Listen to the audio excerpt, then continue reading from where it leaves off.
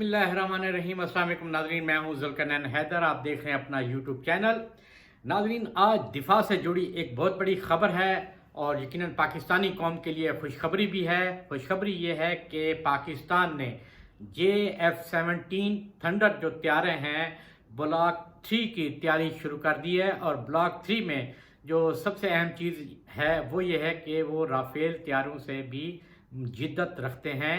भारत ने जो फ्रांस से राफेल त्यारे खरीदे थे और ये कहा था कि वो JF-17 का भी मुकाबला करेंगे, F-16 का भी।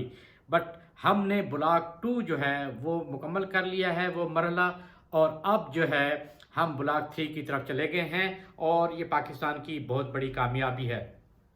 आज इस हवाले से एक बाकायदा तकरीब भी हुई एयरफोर्स में, और 14 जो त्यारे हैं जो JF-17 ब्लॉक 2 के थे उनको फ़िज़ाइया के जंगी बेड़े में शामिल कर लिया है। इससे पहले ब्लॉक 1 के त्यारे जो हैं वो पहले ही शामिल हो चुके हैं। मज़ीद 14 जो त्यारे हैं वो अब फ़िज़ा में होंगे।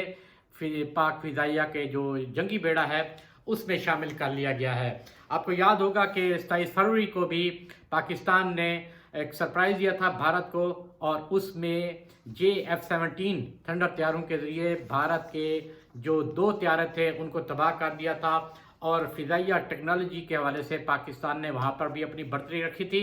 और उसके बाद भारत की जानिब से फ़ैसला किया गया कि हम राफेल त्यारे लेकर आएंगे जो JF-17 ब्लॉक 2 से भी ज़्यादा जिद्द रखते हैं, तो उनको इस्तेमाल किया जाएगा। मगर पाकिस्तान ने ये मरला अब ब्लॉक 2 वाला मुकम्मल करके ब्लॉक 3 की तरफ चल पड़े हैं। आपको ये पता ही है कि पाकिस्तान और चीन मिलकर ये JF-17 जो त्यारे हैं वो पाकिस्तान में ही बनाए जा रहे हैं। 2009 से लेकर अब तक 100 से ज़्यादा जो थंडर त्यारे हैं वो मुल्की सतह पर तैयार किए गए हैं, और ये पाकिस्तान की एक बहुत बड़ी कामयाबी है। आज जो तकरीब हुई उसमें एयर चीफ भी थे, इसके साथ साथ चीन के जो सफ़ीर हैं, नए सफ़ीर आए हैं वो भी शामिल थे। नाइजीरिया के भी हुकाम शामिल थे, क्योंकि हमने नाइजीरिया को भी ये JF-17 जो त्यारे हैं ये बेचे हैं, और उन्हें इसलिए ख़रीदे हैं कि ये काफ़ी तेज़ हैं और जदीद टेक्नोलॉजी के साथ जंगी महारत जो है वो बहुत ज़्यादा रखते हैं। आपको ये याद होगा कि मलेशिया ने, इसके साथ तुर्की ने और श्रीलंका ने भी बड़ी इसमें दिलचस्पी ज़ाहिर की थी। मलेशिया के जब वज़ीर-ए-आज़म महातीर मोहम्मद पाकिस्तान आए थे तो उन्होंने इसका विज़िट भी किया था और उसको बड़ा पसंद किया था।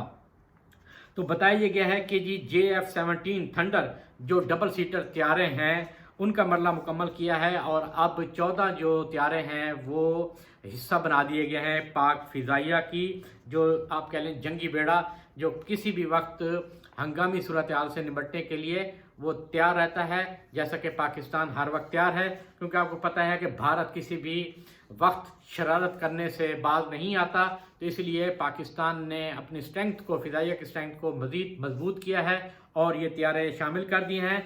और ब्लॉक 3 जो है, जो कि राफेल त्यारों से भी ज़्यादा जिद्दत रखता है, उस पर फौरी तौर पे अमल दरामद भी शुरू कर दिया है। तो हम ये कह सकते हैं कि पाकिस्तान फ़िज़ाइया में भी भारत को मात देने जा रहा है, क्योंकि ये टेक्नोलॉजी बहुत जदीद है। पाकिस्तान और चीन मुश्तरका तौर पे ये पाकिस्तान के अंदर तैयार कर रहे हैं। इसमें बताया गया है कि जी इन त्यारों की जो जंगी सलाहियतें और हथियार हैं इनको बहुत ज़्यादा अपग्रेड किया गया है, ताकि जो राफेल त्यारे हैं उनके हवाले से बताया गया कि उनसे ये आगे निकल जाएंगे। तो इस लिहाज से मुल्क की दिफा को नाकाबिले तस्खीर अब बनाया गया है, और जहां हम नेवी को देखते हैं, जहां हम पाक आर्मी को देखते हैं, तो वहां पाक फ़िज़ाइया भी आगे आ गई है। ख़ास तौर पे पाक फ़िज़ाइया की अहमियत इसलिए भी और बढ़ी जब फरवरी में भारत के 2 त्यारे मार गिराए गए। नाज़रीन, इसके साथ एक बड़ी अहम खबर है, और एक भारतीय अफसर हैं जिन्होंने ये इतराफ़ किया है कि भारत कभी भी पाकिस्तान से जंग नहीं जीत सकता। वो भारतीय अफीसर हैं जी, और बताया गया है कि वो हैं साबिक भारतीय पुलिस अफीसर, लेकिन इस वक्त दी वायर करंट अफेयर्स पोर्टल के एडिटर हैं। उनका नाम बताया गया है सिद्धार्थ वरदाजान अस्थाना। उन्होंने अपनी एक किताब लिखी है, और उस किताब में उन्होंने ये बताया है کہا ہے کہ ہندوستان اس قابل ہی نہیں کہ وہ پاکستان کی جنگ کے میدان میں پاکستان کو شکست دے سکے۔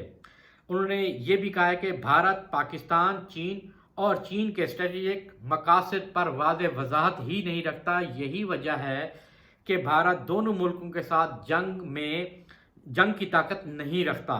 ساتھ میں انہوں نے یہ بھی کہا کہ قومی سلامتی اور روایتی اسلحے کی دوڑ کے تناظر میں کتاب کا جائزہ لیا گیا اور موقف یہ اپنایا گیا ہے کہ حقیقت یہی ہے کہ بھارت کسی بھی ملک کو، ہم بات کر رہے تھے پاکستان، چین، انہوں نے اس کتاب میں لکھا ہے کہ ان دو ملکوں کو بھی اگر سائڈ پہ رکھ دیا جائے تو تب بھی کسی ملک کو فوجی طور پر شکست دینے کے قابل ہی نہیں ہے۔ انہوں نے کہا ہے کہ بھارت اور پاکستان کو سلامتی چیلنجوں کا حل ڈھونڈنا چاہیے، یہ انہوں نے مشورہ دیا ہے۔ انہوں نے اپنی کتاب میں خاص طور پہ اس بات کا بھی ذکر کیا ہے کہ سیاسی اور بیوروکریٹک اسٹیبلشمنٹ جو ہے وہ ذمہ دار ہیں۔ انہوں نے ان پر تنقید کرتے ہوئے لکھا ہے کہ انتخابی فوائد کے لیے پاکستان دشمنی کا فائدہ اٹھانا بھارتی قائدین کی روایت بن چکا ہے۔ سیاستدان عوام کو بھی پاک بھارت جنگ کی طرف اکسا رہے ہیں۔ جنگ کی طرف اکسانا کسی بھی طرح خطے کے لیے فائدہ مند نہیں ہے۔ اس کے ساتھ ساتھ میں حوالہ دوں گا دی اکانومسٹ کا کہ انہوں نے یہ 2009 کی بات ہے، رواں سال نومبر میں جو میگزین ہے دی اکانومسٹ، انہوں نے اس میں کہا تھا کہ جو بھارتی جمہوریت ہے وہ قومیت کے نشے میں آمریت کی جانب گامزن ہے اور مودی ہندوستان کو ایک جماعتی ریاست بنانے میں مگن ہے۔ یہ بھی انہوں نے لکھا ہے کہ مودی حکومت ہندوتوا کے پیروکاروں کو اعلیٰ حکومتی عہدوں سے نوازا جا رہا ہے، بھارتی فوج کو بھی سیاست میں گھسیٹا جا رہا ہے۔ یہ وہ باتیں ہیں جو ایک بھارتی افسر کی جانب سے اس بات کا اعتراف کیا گیا ہے، اور یہی بات پاکستان کی جانب سے بار بار کہی جاتی رہی ہے کہ بھارتی حکومت جو ہے وہ ہندوتوا RSS کے نظریے سے متاثر ہے اور اسی کی پالیسی پر گامزن ہے۔ اسی وجہ سے جو مقبوضہ کشمیر میں ظلم ستم ہے، ہندوستان کے اندر مسلمانوں کے خلاف جو ان کے ظلم ستم ہیں، انہوں نے یعنی مسئلہ بنایا سٹیزن شپ کا، شہریت کا، اس حوالے سے اقدامات بھی دیکھ لیں تو وہ وہی چیزیں ہیں جو پاکستان اس پہ شور مچاتا رہا ہے، پوری دنیا کو آگاہ کرتا رہا ہے، جو اس پولیس سابق افسر نے جو کہ اب ایک میگزین کے ایڈیٹر بھی بن چکے ہیں، انہوں نے یہ انکشاف کیا ہے۔ ناظرین، یہ تھی دو اہم خبریں، سوچا آپ تک پہنچائی جائیں۔ انشاءاللہ اسی طرح اچھی خبریں بھی اور جو انفارمیشن والی ہوں تاکہ آپ کو کچھ فائدہ بھی ہو سکے وہ لاتا رہوں گا۔ انشاءاللہ اگلی ویڈیو کے ساتھ پھر حاضر ہوں گا، تب تک کے لیے اللہ حافظ۔